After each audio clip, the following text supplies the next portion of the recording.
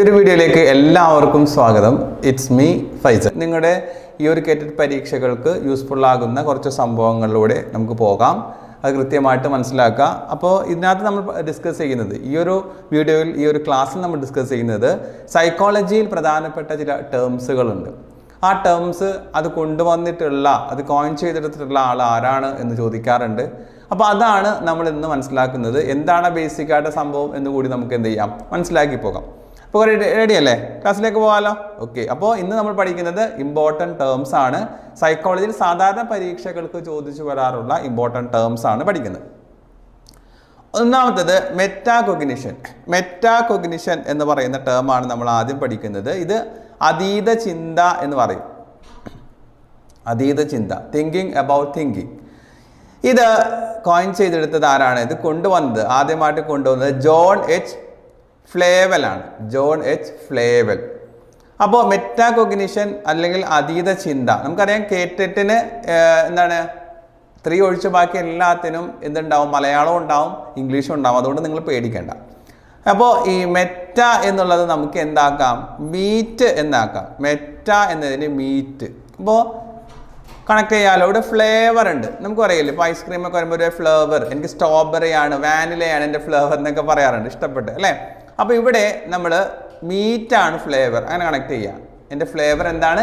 മീറ്റാണ്. അപ്പോൾ മീറ്റ് എന്ന് പറഞ്ഞാൽ മെറ്റ, മീറ്റ് മെറ്റ. മെറ്റാകോഗ്നിഷൻ അത് കോയിൻ ചെയ്തെടുത്ത് കൊണ്ടുവന്നിട്ടുള്ളത് ആരാട്ടം ആദ്യമായിട്ട് കൊണ്ടുവന്നത് ജോൺ എച്ച് ഫ്ലേവൽ ആണ് കേട്ടോ.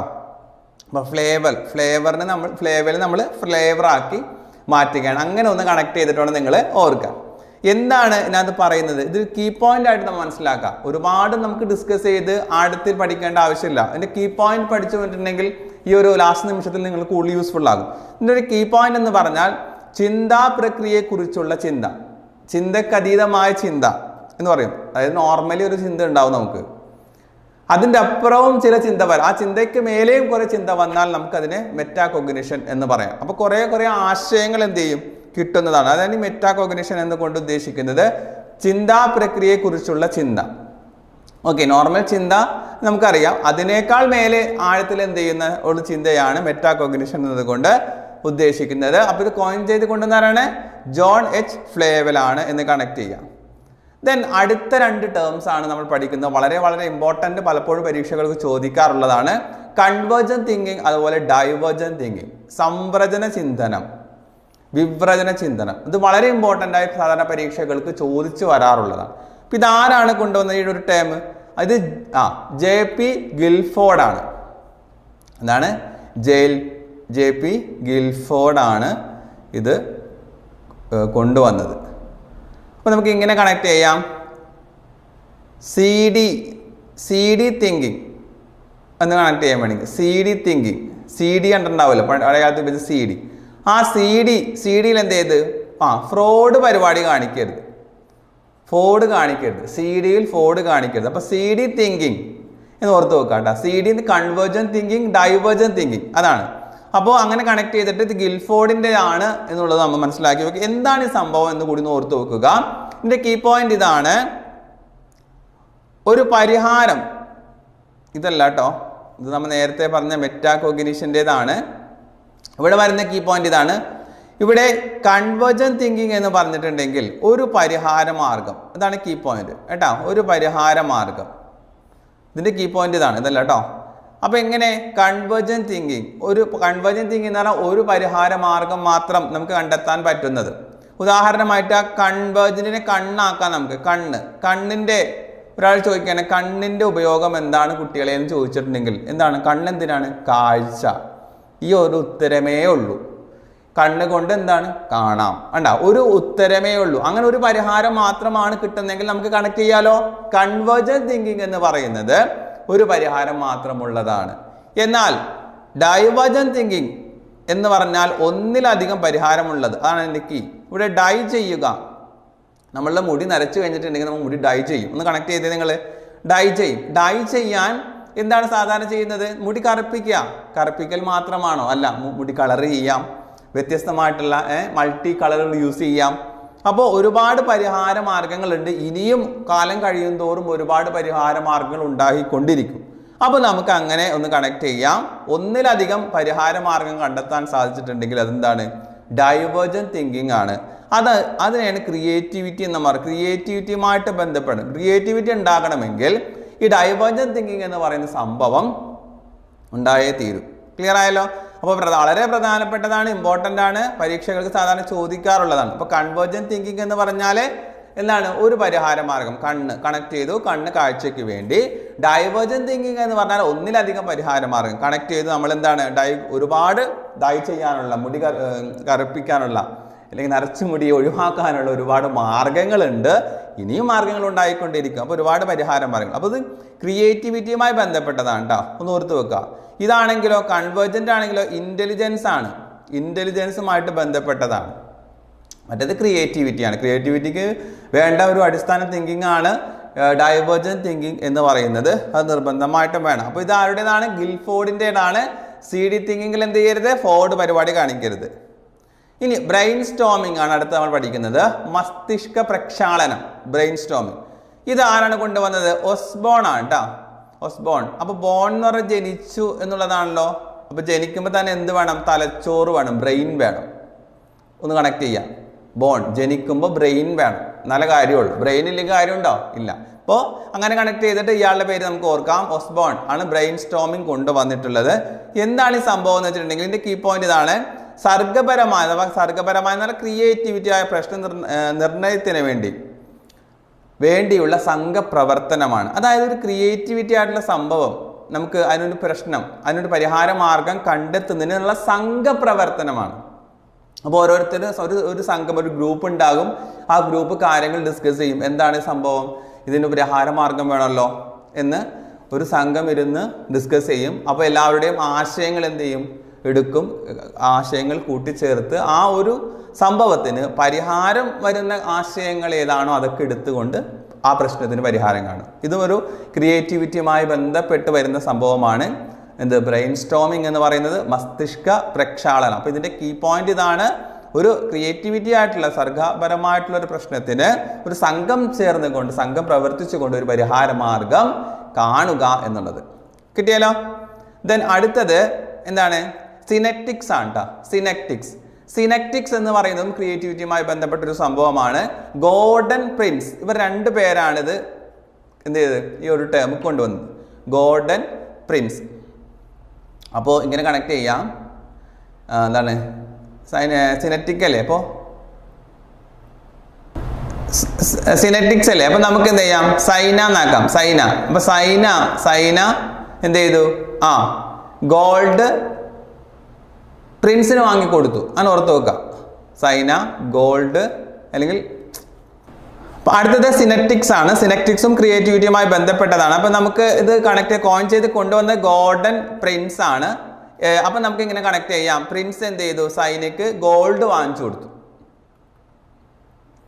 സൈനയ്ക്ക് എന്ത് ചെയ്തു? സിനെറ്റിക്സിനെ നമുക്ക് സൈനയാക്കാം കേട്ടോ. സൈനയ്ക്ക് ഗോൾഡ് വാങ്ങിച്ചു കൊടുത്തു. കിട്ടിയില്ല? അപ്പോൾ സിനെറ്റിക്സ് ആരൊക്കെയാണ്? ഗോർഡൻ, അതുപോലെ പ്രിൻസ്. ഗോർഡൻ പ്രിൻസ് ഇവരാണ് ഇതിൻ്റെ സിനെറ്റിക്സ് എന്ന് പറയുന്ന സംഭവം, ഈ ഒരു ടേം കൊണ്ടുവന്നത്. ഇതൊരു ഗ്രീക്ക് വേർഡാണ് കേട്ടോ. ഗ്രീക്ക് വേർഡാണ്. കൂട്ടിച്ചേർക്കുക എന്നുള്ളതാണ് ഇതിൻ്റെ അർത്ഥം. ഇതിൻ്റെ അർത്ഥം കൂട്ടിച്ചേർക്കുക എന്നുള്ളതാണ്. ഇതിൻ്റെ കീ പോയിന്റ് എന്താണ്? നമുക്ക് പെട്ടെന്ന് ഓർക്കാം. ഏത് തരം പ്രശ്നങ്ങളെക്കുറിച്ചും പുതിയ ഉൾക്കാഴ്ച നേടുന്ന രീതി. ഇത്രേ ഉള്ളൂ. സിനെറ്റിക്സ് എന്ന് പറഞ്ഞിട്ടുണ്ടെങ്കിൽ ഏതൊരു പ്രശ്നം വന്നിട്ടുണ്ടെങ്കിൽ ഒരു പുതുതായിട്ടുള്ളൊരു പ്രശ്നപരിഹാരം കാണുക. അതെങ്ങനെയാണ്? ഉൾക്കാഴ്ചയോടെ ആയിരിക്കും വരും, ഇൻസൈറ്റ് ആയിട്ടായിരിക്കും വരിക. അഥവാ പല കാര്യങ്ങൾ കൂട്ടിച്ചേർത്ത് പുതിയൊരു പരിഹാര മാർഗം. ഒരു പ്രശ്നം വന്നു, ഫോർ എക്സാമ്പിൾ ഒരു പ്രശ്നം വന്നു എന്ന് വിചാരിക്കാം. അപ്പോൾ നമുക്ക് നേരത്തെ അറിയാവുന്ന ഒരു പരിഹാര മാർഗമുണ്ട്, വേറൊരു പരിഹാര മാർഗമുണ്ട്, വേറൊരു പരിഹാരം, 3 പരിഹാര മാർഗം. പല സന്ദർഭങ്ങളിൽ കിട്ടിയുള്ള 3 പരിഹാര മാർഗവും ഒരുമിച്ച് കൂട്ടി യോജിപ്പിച്ച് ഒരു പുതിയൊരു പരിഹാര മാർഗം നമ്മൾ ഉണ്ടാക്കും. ഓക്കെ. അപ്പോൾ ആദ്യം ഒരു പരിഹാര മാർഗം, നേരത്തെ കണ്ടിട്ടുള്ള ഒരു പരിഹാര മാർഗം, ഒരു പ്രോബ്ലം സോൾവിങ് എടുത്ത് ഇതിനൊക്കെ കൂടി ഒരു പുതിയ ആശയത്തിലേക്ക് കൊണ്ടുവരുന്നു. അതിനെയാണ് സിനെറ്റിക്സ് എന്ന് പറയുന്നത്. അപ്പോൾ ഏതുതരം പ്രശ്നങ്ങളെക്കുറിച്ചും പുതിയ ഉൾക്കാഴ്ച നേടുന്ന രീതിയാണ് സിനെറ്റിക്സ് എന്ന് പറയുന്നത്. ഗോർഡൻ പ്രിൻസ് ആണ് ഇത് കൊണ്ടുവന്നിട്ടുള്ളത്. ഇതൊരു ഗ്രീക്ക് വേർഡാണെന്ന് മനസ്സിലാക്കുക. അടുത്തത് ലേറ്ററൽ തിങ്കിങ് ആണ്, അഥവാ പാർശ്വസ്ഥ ചിന്തനം എന്ന് പറയുന്നത്. ലേറ്ററൽ തിങ്കിങ് ഇതാരാണ് കൊണ്ടുവന്നിട്ടുള്ളത്? എഡ്വാർഡ് ഡി ബോണോ എന്ന് പറയുന്ന ആളാണ് ഇത് കോയിൻ ചെയ്തത്. Edward de Bono. അപ്പം നമുക്ക് ഇങ്ങനെ കണക്ട് ചെയ്യാം. വാർഡ് അല്ലേ, വാർഡ് മെമ്പർ ആണെങ്കിൽ വാർഡ് മെമ്പർ ലേറ്റായിട്ട് വന്നിട്ട് പോണോ, ലേറ്റായിട്ട് വന്നിട്ട് പോണോ, ബോണോയെ നമുക്ക് പോണോ ആക്കാം കേട്ടോ. അപ്പോൾ എഡ്വാർഡ് ഡി ബോൺ ലേറ്റായി വന്നിട്ട് പോണോ. വാർഡ് മെമ്പർ ഒരു പരിപാടിക്ക് വന്നിട്ട് ലേറ്റ് ആയിട്ട് വന്നിട്ട് നേരത്തെ പോകുന്ന അവസ്ഥ, അങ്ങനെ കണക്ട് ചെയ്യാം. അപ്പോൾ ലേറ്ററൽ തിങ്കിങ് എന്ന് പറഞ്ഞാൽ അത് കൊണ്ടുവന്നത് എഡ്വാർഡ് ഡി ബോണോ ആണ്. എന്താണ്? പ്രശ്നത്തിന് രൂപഭേദം വരുത്തുകയോ അതിന് പുതിയ വീക്ഷണകോണിലൂടെ പരിശോധിക്കുന്ന രീതിയാണ്. ഇതും ഒരു ക്രിയേറ്റിവിറ്റിയുമായിട്ട് ബന്ധപ്പെട്ടൊരു സംഭവമാണ്. അതായത് ഒരു പ്രശ്നപരിഹാരം ഉണ്ട്, നമുക്കറിയാം, അതിന് ജസ്റ്റ് ഒന്ന് ചേഞ്ചസ്, ഒരു മാറ്റം വരുത്തുക, അല്ലെങ്കിൽ അത് ഒഴിവാക്കി പുതിയൊരു വീക്ഷണത്തിലൂടെ കാണാൻ ശ്രമിക്കുക. ഒരു പ്രശ്നം വന്നു, ആ പ്രശ്നത്തിന് പരിഹാരം, ആ പ്രശ്നത്തിന് രൂപഭേദം വരുത്തുക, അല്ലെങ്കിൽ പുതിയ വീക്ഷണകോണിലൂടെ പരിശോധിക്കുന്ന രീതിയാണ് കേട്ടോ. ക്രിയേറ്റിവിറ്റിയുമായിട്ട് ബന്ധപ്പെട്ടാണ്, മനസ്സിലാവണ്ട. ഒരു പ്രോബ്ലം അതിന് ചേഞ്ചസ് വരുത്തുക, അതോടൊപ്പം തന്നെ എന്ത് ചെയ്യുക, വ്യത്യസ്തമായിട്ടുള്ള കോണുകളിലൂടെ പരിശോധിക്കുക, എന്നിട്ടൊരു പരിഹാര മാർഗം കാണുക. അപ്പോൾ ആ പരിശോധിക്കുന്ന രീതിക്കാണ് ലേറ്ററൽ തിങ്കിങ് എന്ന് പറയുന്നത്. ദെൻ അടുത്തത് റെസിപ്രോക്കൽ ടീച്ചിങ്, പ്രതിക്രിയ അധ്യാപനം. അടുത്തൊരു ടേമാണ്, വളരെ ഇമ്പോർട്ടൻ്റ് ആയിട്ടുള്ളതാണ്. റെസിപ്രോക്കൽ ടീച്ചിങ്, പ്രതിക്രിയ അധ്യാപനം. ഇത് കൊണ്ടുവന്നിട്ടുള്ളത് ആൻ ബ്രൗണും അതുപോലെ പലിൻസ്കറുമാണ്. ആൻ ബ്രൗൺ, പലിൻസ്കർ, ഇവർ രണ്ടുപേരുമാണ് എന്ത് ചെയ്തത്, കൊണ്ടുവന്നിട്ടുള്ളത്. ഇത് ആരുടേതാണ്? ശരിക്കും ഇത് വൈഗോട്സ്കിയുടെ ആശയമാണ്. വൈഗോട്സ്കിയുടെ ആശയത്തിൽ നിന്നാണ് എന്ത് ചെയ്തിട്ടുള്ളത്, ഇവരിത് എടുത്തിട്ടുള്ളത്. ഓക്കെ,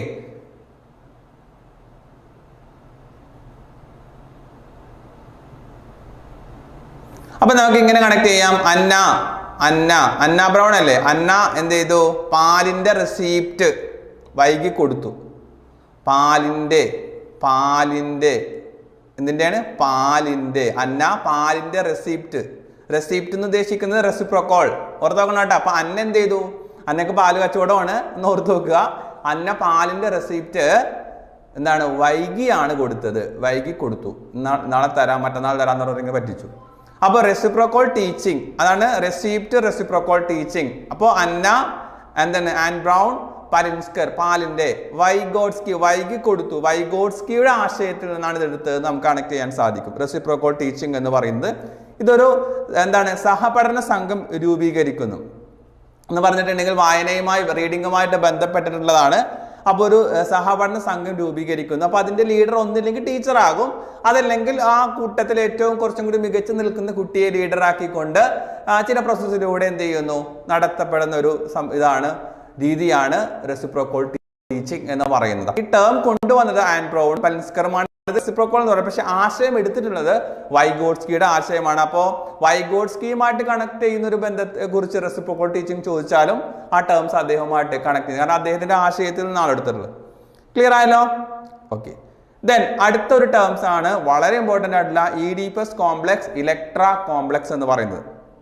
മാതൃകാമന, പിതൃകാമന. ഓർത്ത് വെക്കുക, എന്താണ് ഈഡിപ്പസ് കോംപ്ലക്സ്, ഇലക്ട്ര കോംപ്ലക്സ്. ആരുടേതാണ്? സിഗ്മണ്ട് ഫ്രോയിഡിൻ്റെതാണ്. സൈക്കോ സെക്ച്വൽ ഡെവലപ്മെന്റിൽ സിഗ്മണ്ട് ഫ്രോയിഡ് പറയുന്ന കുറച്ച് സ്റ്റേജിന്റെ ഡെവലപ്മെന്റുകളുണ്ട്, 5 സ്റ്റേജുകൾ പറയുന്നുണ്ട്. അതിൽപ്പെട്ടതാണ് ഈഡിപ്പസ് കോംപ്ലക്സ്, മാതൃകാമന, ഇലക്ട്ര കോംപ്ലക്സ്, പിതൃകാമന. എന്ന് പറഞ്ഞാൽ ഈഡിപ്പസ് കോംപ്ലക്സ് എന്ന് പറഞ്ഞിട്ടുണ്ടെങ്കിൽ മാതൃകാമന അഥവാ ആൺകുട്ടികൾക്ക് അമ്മയോട് തോന്നുന്ന സ്നേഹം, അതിനെ അദ്ദേഹം വിളിച്ചത് മാതൃകാമന എന്നാണ്. അതുപോലെ ഇലക്ട്ര കോംപ്ലക്സ് എന്ന് പറഞ്ഞാൽ പെൺകുട്ടികൾക്ക് അച്ഛനോട് തോന്നുന്ന പ്രത്യേക സ്നേഹം, അതിനെ അദ്ദേഹം വിളിച്ചത് പിതൃകാമന എന്നുള്ളതാണ്. അതിന് ഇലക്ട്ര കോംപ്ലക്സ് നമുക്ക് ഓർത്തു വെക്കാൻ ഇങ്ങനെ കണക്ട് ചെയ്യാം. ECG. ഇപ്പോൾ ഇലക്ട്ര നോക്കി നിങ്ങൾ, Electra E, complex C, G girl, ഉണ്ട് പെൺ. അപ്പൊ പെൺ കിട്ടിക്കഴിഞ്ഞല്ലോ. അപ്പൊ ഇലക്ട്ര കോംപ്ലക്സ് എന്ന് പറഞ്ഞാൽ പെൺകുട്ടികൾക്ക് അച്ഛനോട് തോന്നുന്ന പ്രത്യേക സ്നേഹം, അതിനെയാണ് പിതൃകാമന, ഈ ഇലക്ട്ര കോംപ്ലക്സ് എന്ന് പറയുന്നത്. അപ്പൊ അതിന്റെ ഓപ്പോസിറ്റ് ആയിരിക്കുമല്ലോ ഈഡിപ്പസ് കോംപ്ലക്സ് എന്ന് പറയുന്നത്, ആൺകുട്ടികൾക്ക് അമ്മയോട് തോന്നുന്നത്. അപ്പൊ സിഗ്മണ്ട് ഫ്രോയിഡ് ആണിത് കൊണ്ടുവന്നത്. ഇത് ഇദ്ദേഹത്തിന്റെ ഫാലിക് സ്റ്റേജിലാണ്. ഞാൻ പറഞ്ഞില്ലേ 5 സ്റ്റേജുകൾ ഉണ്ടെന്ന് പറഞ്ഞു. ഓറൽ, എയ്നൽ, ഫാലിക് എന്ന് പറയുന്ന 5 സ്റ്റേജുകളുണ്ട്. അതിൽ ഫാലിക് സ്റ്റേജിലാണ് ഈ 2 ടേംസും വരുന്നത്, അഥവാ ഈ 2 സംഭവവും വരുന്നത്. ആ സ്റ്റേജ് ഒരു ഏജ് ഉണ്ട്, ഏജ് ഗ്രൂപ്പ് ഉണ്ട്. അത് ഡീറ്റെയിൽ ആയിട്ട് നിങ്ങൾ പഠിക്കുമ്പോഴേ നിങ്ങൾ അതിനകത്തേക്ക് പോകുള്ളൂ. നമുക്കിപ്പോൾ അത് അത്രത്തോളം ഡീറ്റെയിൽ ആഴത്തിലേക്ക് പഠിക്കാനുള്ള ഒരു ഇതില്ല. പെട്ടെന്ന് കാര്യങ്ങൾ പറഞ്ഞ് നിങ്ങൾക്ക് വരുന്ന ടേംസുകളെ മാർക്ക് സ്കോർ ചെയ്യാൻ പറ്റുന്ന ടേംസുകളിലൂടെ പോകുക എന്നുള്ളതാണ്. അപ്പോൾ ഇത് ചോദിച്ചിട്ടുണ്ട്, ചോദിക്കാറുമുള്ളതാണ്. എന്താണ് ഫാലിക് സ്റ്റേജിലാണ് ഈ പറഞ്ഞ ഇഡിപ്പസ് കോംപ്ലക്സ് അതുപോലെ ഇലക്ട്ര കോംപ്ലക്സ് എന്ന് പറയുന്ന സംഭവം ഉണ്ടായിട്ടുള്ളത്. അത് ഒന്ന് ഓർത്ത് വെക്കുക. ഓക്കെ, എന്താണ് സംഭവം എന്ന് ഓർത്ത് വെക്കട്ടെ. ചോദ്യം അങ്ങനെയും വരുന്നുണ്ട്. അതായത് ഒരു പെൺകുട്ടിക്ക് അച്ഛനോട് തോന്നുന്നതിന് എന്താണ് നമ്മുടെ ഫ്രോയിഡ് വിളിച്ചിട്ടുള്ളത്. അപ്പോൾ നമ്മൾ ഇലക്ട്ര കോംപ്ലക്സ് അല്ലെങ്കിൽ പിതൃകാമന എന്ന് ഓർത്ത് വെക്കുക. ദെൻ അടുത്തൊരു ടേമാണ് സ്കഫോൾഡിങ് അഥവാ കൈത്താങ് എന്ന് പറയുന്നത്. ഇതും വളരെ ഇമ്പോർട്ടൻ്റ് ആണ്. കൈത്താങ് എന്ന് പറഞ്ഞിട്ടുണ്ടെങ്കിൽ ഇത്രയേ ഉള്ളൂ. അതായത് ഒരു കുട്ടി, ആ കുട്ടിയുടെ കുറച്ചും കൂടി ഒരു ഉയർന്ന പഠന മേഖലയിൽ എത്തണമെങ്കിൽ ഒരാളുടെ സഹായം വേണം. സഹായം വേണമെന്ന് പറഞ്ഞാൽ അയാൾ ഉത്തരങ്ങൾ പറഞ്ഞു കൊടുക്കലല്ലോ, അല്ലെങ്കിൽ ആ ഉത്തരം ഇന്ന് നോക്കി എഴുതിക്കോ എന്ന് പറയില്ലല്ല, മറിച്ച് ആ ഉത്തരത്തിലേക്കോ അല്ലെങ്കിൽ ആ സംഭവത്തിലേക്ക് എത്തിക്കാനുള്ള ചില കാര്യങ്ങൾ ചെയ്തു കൊടുക്കുക. ലേണിംഗിലേക്ക് വരുമ്പോൾ ചില മാതൃകകൾ കാണിച്ചു കൊടുക്കുക, ചില ഉദാഹരണങ്ങൾ പറഞ്ഞു കൊടുക്കുക. ഓക്കെ, PYQ ഒക്കെ ചെയ്യിപ്പിക്കില്ലേ. അപ്പോൾ ഇതൊക്കെ എന്താണ് അയാൾക്ക് ചെയ്തു കൊടുക്കുന്ന ഒരു കൈത്താങ്ങാണ്. അതിലൂടെ എന്ത് ചെയ്യുന്നു, ആ ഒരു മേഖലയിലേക്ക് എത്തുന്നത്. അപ്പൊ അതിനെയാണ്, ആ ഒരു സഹായത്തെയാണ്, സമീപനത്തെയാണ് കൈത്താങ് എന്ന് പറയുന്നത്, സ്കഫോൾഡിങ്. ഇത് ബ്രൂണറാണ് ആദ്യമായി കൊണ്ട്. ബ്രൂണറുമായിട്ടും വൈഗോട്സ്കിയുമായിട്ടും ഈ സ്കഫോൾഡിങ് എന്നുള്ള ടേം ബന്ധപ്പെട്ട് എടുത്തിട്ടുണ്ട്. അത് ഓർത്ത് വെക്കുക കേട്ടോ. രണ്ടുപേരും ഈ കൈത്താങ് എന്ന് പറയുന്ന ഒരു സംഭവം, ഒരു ടേം ഉപയോഗിച്ചിട്ടുണ്ട്. അതിൽ ബ്രൂണറാണ് ഇത് ആദ്യമായിട്ട് എന്ത് ചെയ്തത്, കൊണ്ടുവന്നത്. ബ്രൂണറാണ്. എന്നാൽ ഇത് പോപ്പുലറൈസ്ഡ് ചെയ്തിട്ടുള്ളത് വൈഗോട്സ്കിയാണ്. വൈഗോട്സ്കിയുടെ തിയറിയിലൂടെയാണ് കൂടുതൽ നമ്മൾ ഈ കൈത്താങ് എന്ന സംഭവം കേട്ടുകൊണ്ടിരിക്കുന്നത്. പക്ഷേ ഇത് ആദ്യമായിട്ട് കൊണ്ടുവന്നത്, ഉപയോഗിച്ചതാരാണ്, ബ്രൂണറാണ് എന്ന് മനസ്സിലാക്കുക. ദെൻ അടുത്തൊരു ടേമാണ് അഡ്വാൻസ് ഓർഗനൈസർ എന്ന് പറയുന്നത്. ഇത് ഓസബെല്ലിൻ്റെയാണ്. അഡ്വാൻസ് ഓർഗനൈസർ ആരുടേതാണ്, ഓസബെൽ. അപ്പോൾ അഡ്വാൻസ്, ബെല്ലടിക്കണമെങ്കിൽ അഡ്വാൻസ് ആയിട്ട് പറയണം, ഓർത്ത് വെക്കുക. ബെല്ലടിക്കണമെങ്കിൽ എന്ത് ചെയ്യണം, അഡ്വാൻസ് പറയണ്ടേ, നേരത്തെ പറയണം, എന്നാലേ ബെല്ലടിക്കുള്ളൂ. അങ്ങനെ ഓർത്ത് വെക്കുക. അപ്പോൾ അഡ്വാൻസ് ഓർഗനൈസർ ഇദ്ദേഹത്തിൻ്റെതാണ്. ഇത് ഇത്രയേ ഉള്ളൂ. ഒരു ടോപ്പിക്ക് നമ്മൾ തുടങ്ങാൻ വേണ്ടി, നമ്മളൊരു പാഠഭാഗത്തിലേക്ക് അടക്കുവാൻ വേണ്ടി അധ്യാപകൻ ഉപയോഗിക്കുന്ന ഒരു ടൂൾ, അതിനെയാണ് അഡ്വാൻസ് ഓർഗനൈസർ എന്ന് പറയുന്നത്. നമുക്കറിയാം, നമ്മളൊരു ക്ലാസ്സിലേക്ക് ചെല്ലുമ്പോൾ ടെക്സ്റ്റ് ബുക്ക് എടുക്കും, നമുക്ക് അടുത്ത പാഠം എടുക്കാം എന്നുള്ള രീതിയല്ല, മറിച്ച് നേരത്തെ ഉള്ള ഒരു നോളജ് ഉണ്ടാവുമല്ലോ, ആ നോളജും പുതിയൊരു നോളജിലേക്ക് കണക്ഷൻ കൊടുക്കണം, ഒരു ബന്ധം കൊടുക്കണം. സോ ഒരു ടോപ്പിക്ക് പഠിപ്പിക്കുമ്പോൾ ആ ഒരു കണക്ഷനിലൂടെ സ്റ്റാർട്ട് ചെയ്യാൻ ഉപയോഗിക്കുന്ന, അധ്യാപകൻ ഉപയോഗിക്കുന്ന ടൂളിനെയാണ് നമ്മൾ അഡ്വാൻസ് ഓർഗനൈസർ എന്ന് പറയാം. ഉദാഹരണമായിട്ട് നമ്മൾ എന്ത് ചെയ്യും, കണക്ട് ചെയ്തുകൊണ്ട് പഠിപ്പിക്കും, വേറെ സംഭവമായിട്ട് കണക്ട് ചെയ്തുകൊണ്ട് പഠിപ്പിക്കും, കഥയിലൂടെ പഠിപ്പിക്കും. ഓക്കെ, അപ്പോൾ ഇത് കുട്ടികൾക്ക് കുറച്ചും കൂടിയും ഈസി ആയിട്ട് അതിനെ ആ നോളജ് എന്ത് അക്യൂർ ചെയ്തെടുക്കാൻ സാധിക്കും. അപ്പോൾ അതാണ് അഡ്വാൻസ് ഓർഗനൈസർ എന്ന് പറയുന്നത്. ആരുടേതാണ്, ഓസബെല്ലാണ്. ബെല്ലടിക്കണമെങ്കിൽ അഡ്വാൻസ് ആയിട്ട് പറയണം കേട്ടോ. ദെൻ അടുത്താണ് സ്പൈറൽ കരിക്കുലം, ചാക്രികാരോഹണ രീതി. ഇത് വളരെ ഇമ്പോർട്ടൻ്റ് ആയിട്ടുള്ള ടേമാണ്, പലപ്പോഴും പരീക്ഷകൾക്ക് ചോദിച്ചിട്ടുള്ളതാണ്. ഇത് ആരുടെയാണ് സ്പൈറൽ കരിക്കുലം? ജെറോമസ് ബ്രൂണറിൻ്റെതാണ് സ്പൈറൽ കരിക്കുലം വരുന്നത്. ഇതിനകത്ത് പറയുന്നത് എന്താ വെച്ചിട്ടുണ്ടെങ്കിൽ, നേടിയ അറിവിൽ പുതിയ അറിവ് ചേർത്ത് അറിവ് കൂടുതൽ ആഴത്തിലാക്കുന്ന രീതി. അതായത് സിമ്പിൾ ടു കോംപ്ലക്സ് എന്ന് പറയുന്ന ഒരു രീതിയാണ് ഇതിനകത്തേക്ക് വരുന്നത്. Simple to complex. ഓക്കെ എന്ന് പറഞ്ഞിട്ടുണ്ടെങ്കിൽ ആദ്യം ചെറിയൊരു ആശയം കൊടുക്കും. കുട്ടിയെ പഠിപ്പിക്കുകയാണെങ്കിൽ ഒരു സ്പൈറൽ പോലെ ആദ്യം ചെറുതായിട്ട് കാര്യങ്ങൾ പറഞ്ഞു കൊടുക്കും, പിന്നെ അതുമായി കുറച്ചും കൂടി അറിവ് ആഡ് ചെയ്യും, പിന്നെ കുറച്ചും കൂടി അറിവ്, അങ്ങനെ ആഡ് ചെയ്ത് എന്ത് ചെയ്തു, ഒരു സ്പൈറൽ പോലെ പോകുന്നു. ഇതാണ് സ്പൈറൽ എന്ന് പറയുന്നത്, സ്പൈറൽ കരിക്കുലം എന്ന് പറയുന്നത്.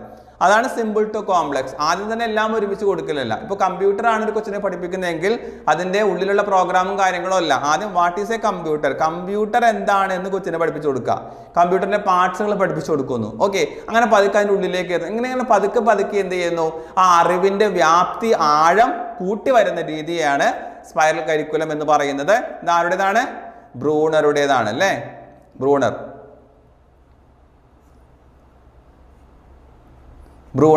അപ്പൊ നമുക്ക് ബ്രൂണറെ ബ്രോ ആക്കാം. ബ്രദർ എന്താണ്, ഒരു സ്പൈ ആണ് അല്ലേ.